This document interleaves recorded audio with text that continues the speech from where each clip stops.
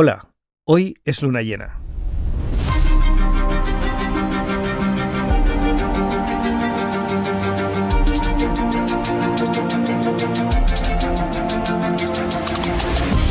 La luna llena es un viaje mensual donde te invito a explorar el mundo de la arquitectura y el diseño a través de mis propias experiencias.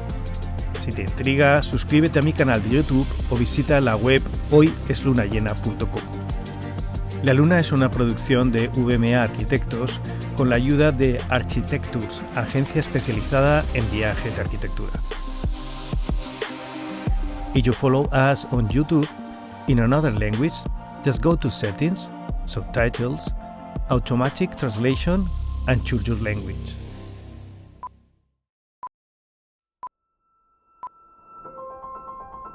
Despedimos el 2023 y damos la bienvenida al 2024 desde el otro lado del mundo, viajando a Vietnam. Good morning, Vietnam! Esta era la única referencia que tenía de Vietnam, las películas de guerra, así como la fantástica película interpretada por Catherine Deneuve, Indochina. El 26 de diciembre partía rumbo a Estambul sin conocer a mis compañeros de viaje. Sin más preámbulos, iniciamos nuestro viaje a Vietnam, que nos llevará a la antigua Saigón, ahora Ho Chi Minh, desde donde visitaremos el delta del río Mekong para luego volar a Hanoi, la actual capital, para despedir el año. Desde allí viajaremos más de 7 horas en autobús para adentrarnos en los paisajes montañosos tropicales llenos de arrozales y pasear 3 días conviviendo con la gente del lugar. Descansaremos un día en Hanoi para luego iniciar otra excursión a la increíble bahía de Ha Long, desde donde nos despediremos del país. Este viaje será la excusa para empezar a tomar conciencia de cómo funciona estratégicamente este lugar del mundo, adentrarme en lo que fue la colonia francesa y su herencia, explorar la arquitectura tradicional, así como la contemporánea abanderada por el estudio VTN, y desvelar las claves de una figura tan presente como fue el líder del actual Vietnam unificado, Ho Chi Minh.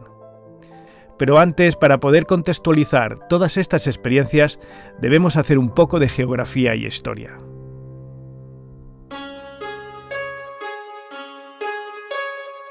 Volar al sudeste asiático es comprender la articulación del paso del Golfo de Bengala en el Océano Índico al mar de la China Meridional en el Océano Pacífico. Esta región está dividida en 11 países.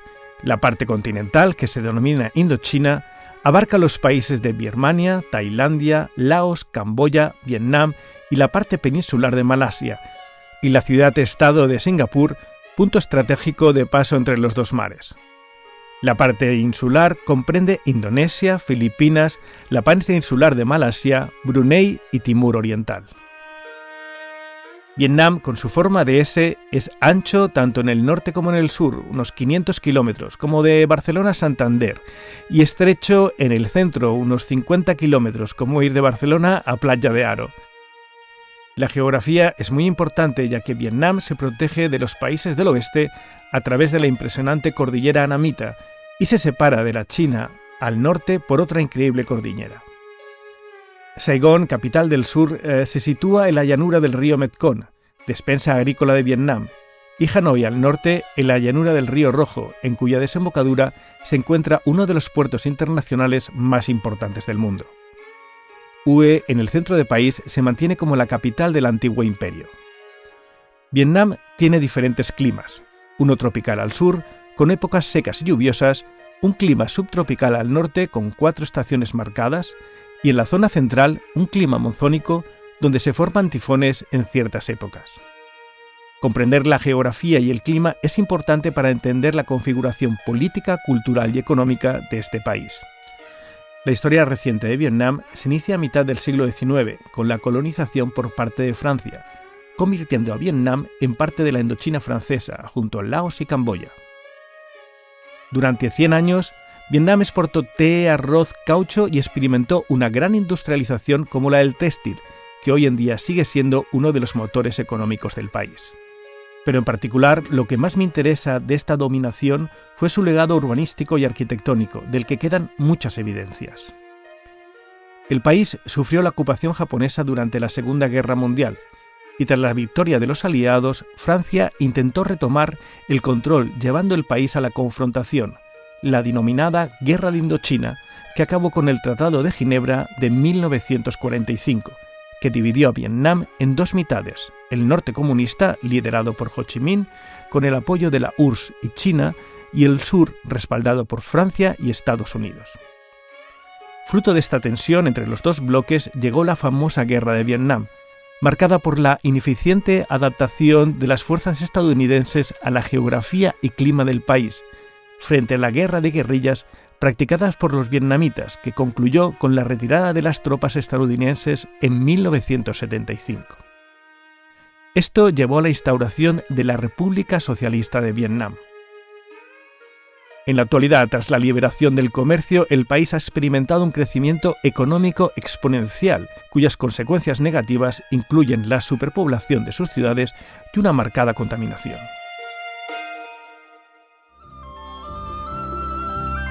Aterrizamos en Saigón, actual Ho Chi Minh, el 27 de diciembre, después de 10 horas de vuelo desde Estambul. A través de la ventanilla del autobús percibo las consecuencias de este crecimiento tan rápido como las insuficientes infraestructuras y el caótico urbanístico. El tráfico es infernal, con miles de motocicletas inundando las calles y haciendo sonar sus bocinas. Al llegar al barrio antiguo, donde se ubican el centro turístico, nos bajamos para dirigirnos al hotel, siendo recibidos por un verdadero calor húmedo.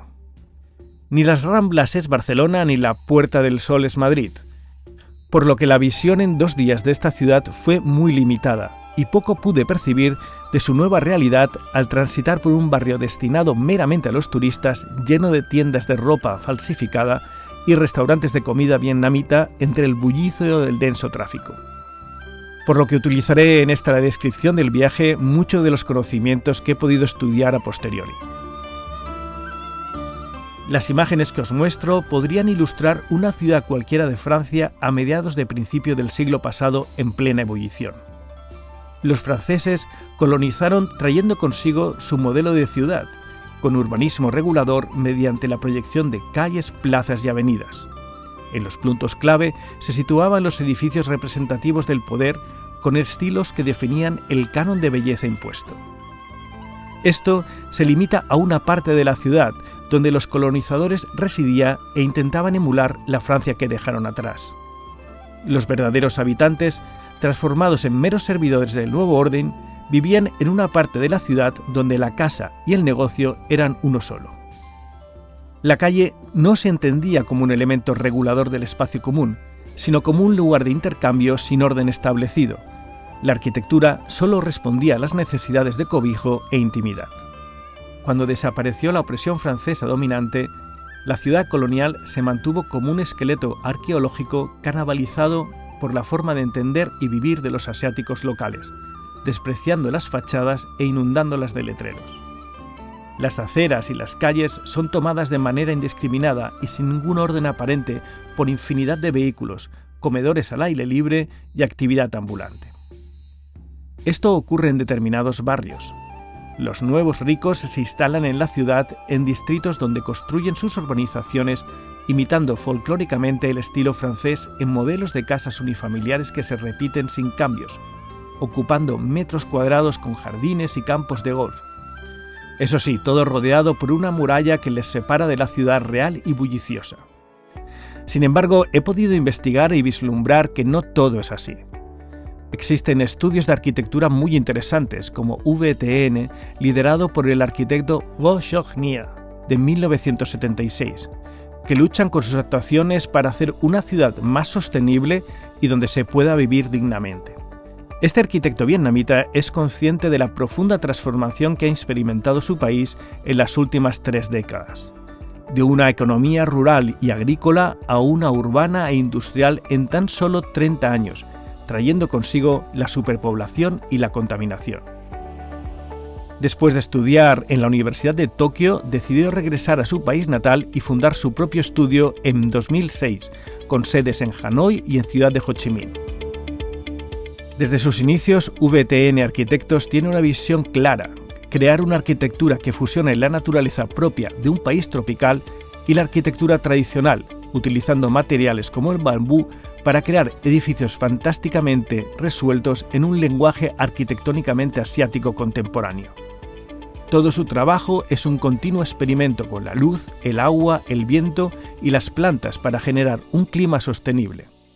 Su reconocimiento internacional comenzó con un gesto: plantar árboles en una azotea. En un pequeño solar interior de manzana, en una de las zonas más pobladas de Ho Chi Minh, le encargaron construir una casa de presupuesto ajustado. En lugar de ocupar la superficie por completo, disgregó el programa de la vivienda en partes, generando pequeños patios entre los edificios realizados con hormigón y encofrados de bambú.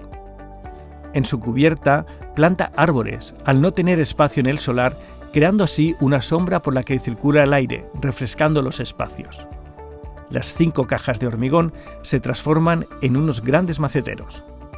House for Trees o Casa para Árboles es una tipología de casas que VTN intenta implantar para devolver la naturaleza a la urbe.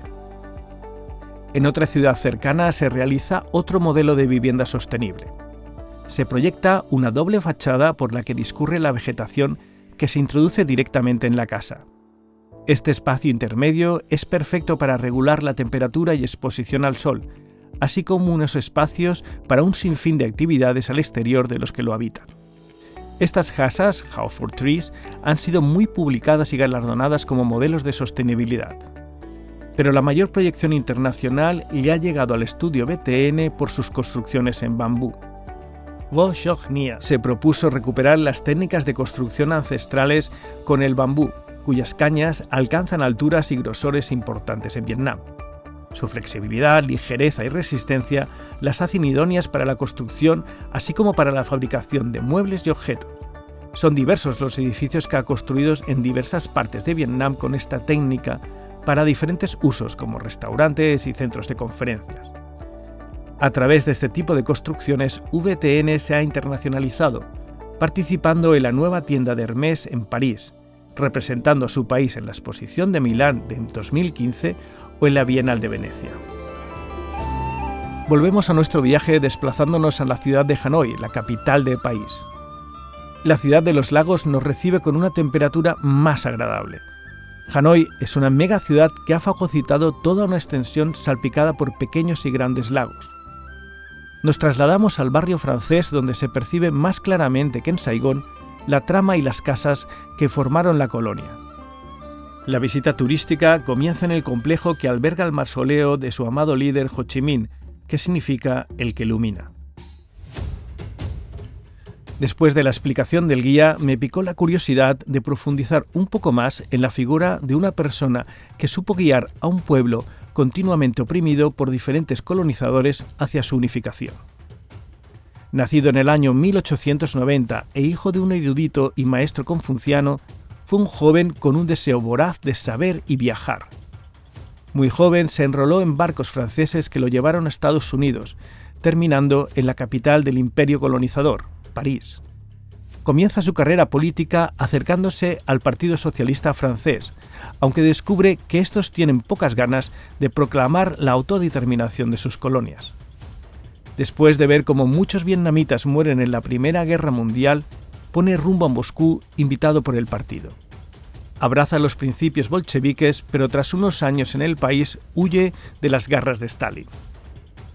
Durante su regreso a Vietnam va consiguiendo apoyos para la causa vietnamita. Podríamos resumir que durante su liderazgo para independizar el país, primero de los franceses y luego de los japoneses, realizó muchas alianzas, soviéticas, chinas, estadounidenses e incluso con los mismos franceses, según le convenía para poder seguir liderando la causa, unificar un Vietnam independiente. Visitando el inmenso recinto donde Ho Chi Minh gobernaba la República Independiente del Vietnam del Norte, uno se da cuenta de que este personaje que hablaba y escribía en inglés, francés, ruso, mandarín y cantonés con corrección, supo dirigirse a un pueblo mayoritariamente campesinos con gestos populistas y de corte totalitario. Fue un gran estratega que supo organizar exitosamente una guerra de guerrillas contra un gigante como Estados Unidos, a la vez que demostraba una gran habilidad negociando con primeros mandatarios mundiales, ganándose su odio o admiración. La arquitectura es un lenguaje que el poder siempre utiliza de una manera muy parecida para hacerse presente frente a sus súbditos. Entre el mausoleo de Ho Chi Minh y los escenarios levantados por el Tercer Reich o Stalin, poca diferencia encontramos. Son arquitecturas que buscan impresionar mediante grandes espacios proyectados para visualizar con perspectivas muy marcadas grandes desfiles donde se hace sentir a sus compatriotas parte de un gran movimiento y manifestar su poder frente al resto del país. Pero Ho Chi Minh no olvidó que se dirigía a un pueblo campesino y agrícola, por lo que, en un gesto de humildad calculada, decidió construirse una casa típica vietnamita donde poder vivir y reunirse con los altos cargos, despreciando los palacios de estilo francés de la época colonial. Ho Chi Minh no pudo ver el final de su tarea al morir en el año 1969, en plena guerra con los Estados Unidos. Salimos del recinto y paseamos por las avenidas donde se situaban las mejores villas francesas, donde hoy se sitúan las embajadas diplomáticas. Afortunadamente, el gobierno comunista no derribó estas arquitecturas. Durante el paseo puedes imaginarte por un momento cómo era la vida en esas grandes villas durante la época colonial. Y llegó el fin de año para nosotros, ya que los vietnamitas lo celebran según el ciclo lunar el próximo 10 de febrero. Si tengo que resaltar algo especial del viaje, fue el grupo con el que disfruté enormemente durante todos los días del viaje. Todos juntos nos unimos para celebrar la cena de fin de año. Ataviados con tocados de lo más ridículos, nos dirigimos entre la masa de turistas y vietnamitas hacia el lago principal de la capital. Habían anunciado que el castillo de fuegos artificiales propios de esta festividad no se iban a realizar para aliviar las arcas públicas, pero nos dio igual. Nosotros avanzamos hacia el lago. Hasta que me di cuenta de que faltaban 5 minutos para la cuenta atrás. Me detuve, miré a mi alrededor y vi un puesto de fruta en medio de la calle. Rápidamente compré 4 trozos de piña para repartir entre los compañeros y con ellos contar las campanadas. Fue la piña de la suerte. Espero que este año transcurra igual de divertido como lo empezamos, cantando, riendo y bailando por las calles de Hanoi. Tras el resacón nos levantamos para poner rumbo a 3 días de excursión por las montañas del Valle de Pue, situado a 7 horas al noreste de la ciudad. Llegamos tras dormitar durante horas en el autobús a la reserva natural de Phu Long. Caminamos durante 3 horas entre un paisaje impresionante de naturaleza exuberante, altas montañas y arrozales para llegar al primer pueblo cerca de Phu Le. Un conjunto de casas tradicionales vietnamitas configuran una calle que nos llevaría a nuestro primero homestay. No pude más que quedarme enamorado de las construcciones tradicionales. Primero de todo tenéis que pensar que estamos en un paraje que llueve mucho y fuerte en determinadas épocas del año, con temperaturas agradables en invierno, calurosas y húmedas en verano y rodeados de grandes árboles, así como bambús gigantes y hojas de palmas con la que construir. La estructura de pilares sobre la que se erige la casa son de madera maciza robusta, con una distancia entre ellos de 9 metros en la dirección más ancha y de 3 metros en la más estrecha. La planta baja queda completamente abierta, configurando un espacio libre donde se realizan las actividades relacionadas con la familia o el trabajo. Pero déjame que os cuente una anécdota. Mientras visitamos una casa habitada por una familia numerosa, vimos almacenados unos troncos huecos muy anchos y de la altura de una persona. Cuando nos preguntamos para qué servían, el guía nos dijo que eran ataúdes. Cuando un miembro de la familia cumple más de 50 años, se adentra en el bosque y busca un tronco que ha de ser su ataúd. Me pareció una práctica increíble. El piso de arriba está rodeado de un espacio porticado de 1,5 metros de ancho que impide que la lluvia y el sol entren en la casa. A este espacio se abren grandes ventanales. El interior generalmente está configurado por una única sala donde se duerme y se reúne toda la familia. No hay muebles, solo grandes baúles donde se arrinconan las cosas más íntimas. La cubierta muy inclinada está solucionada con cerchas de madera. La verdad es que no encontré ni un tornillo que uniera las piezas. Todos son uniones y ensamblajes entre las diferentes piezas por geometría, toda una pericia de carpintería. La ventilación de la cubierta por donde sale el aire caliente en la época calurosa se realiza por la parte frontal. Esta solución es una característica que identifica las casas tradicionales de toda esta zona. y hay un sinfín de soluciones dependiendo de la zona que te encuentres del Vietnam. Disfruté mucho de poder vivir y compartir con la gente del lugar la experiencia de pernoctar en una de estas casas y de celebrar una comida excelente. Porque si una cosa disfrutas en Vietnam es de comer. Platos elaborados y muy sanos al ser los vegetales y el arroz la base principal de la alimentación. Los días que permanecimos en las montañas disfrutamos de unos parajes increíbles entre inmensas montañas, ríos y arrozales que recorrimos durante largas caminatas, una de las mejores experiencias del viaje. Volvimos a dormitar toda la vuelta a Hanoi para descansar un día y poner nuevamente rumbo a una de las maravillas de la naturaleza más importantes del mundo, la Bahía de Jalón. Llegamos tras casi 5 horas en autobús a un complejo turístico de nueva creación desde donde parten los cruceros que los turistas contratan para pasar una noche o más en el conjunto de islas que forman la bahía. Las promociones que rodean este espacio portuario son de una baja calidad arquitectónica con un estilo neocolonial que se repite hasta la saciedad. Modelos turísticos que en España hemos sido pioneros destrozando nuestras costas, la famosa España fea. Zarpamos y a poco nos acercamos al conjunto de pequeñas islas con montañas de gran altura que había frente a nosotros. Esta bahía de cientos de islotes que lo conforman surgió por una inundación del mar de un valle montañoso. Cuando te adentras, el espectáculo es realmente magnífico. Vas pasando entre las islas, teniendo en el horizonte más islotes que se van abriendo a medida que te acercas.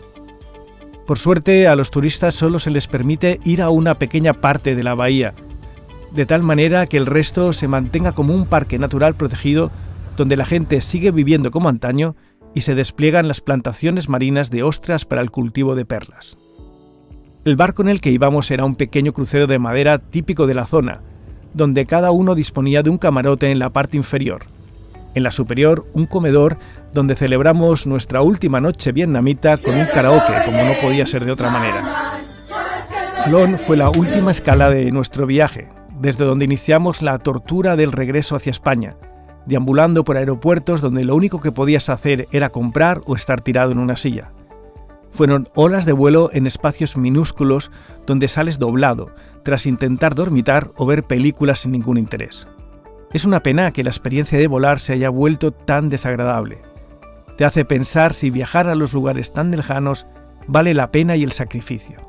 Pero este viaje a Vietnam ha valido mucho la pena para entrar en contacto mínimamente con la realidad de una parte del mundo que cabalga entre la increíble naturaleza y el desastre urbano de las ciudades hiperpobladas y deshumanizadas que esclavizan a la población.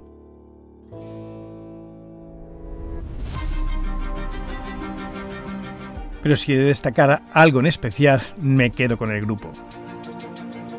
Por lo que tengo que dar las gracias a María José, Cris, Reyes, Mar, Fernando, Marga, Melisa, Miguel, Monse, Begoña, Laia y la querida familia Peña. Así como a los guías Quique y Na. A ellos les dedico esta luna con la esperanza de reencontrarnos en las próximas aventuras. Y me despido sin más y esperando que hayas tenido una buena entrada de año y ya sabes, suscríbete al canal y deja tus comentarios y sugerencias que son lo que me inspiran a seguir explorando y compartiendo. Y solo me queda desearte que la luz de la luna te ilumine. Hasta pronto.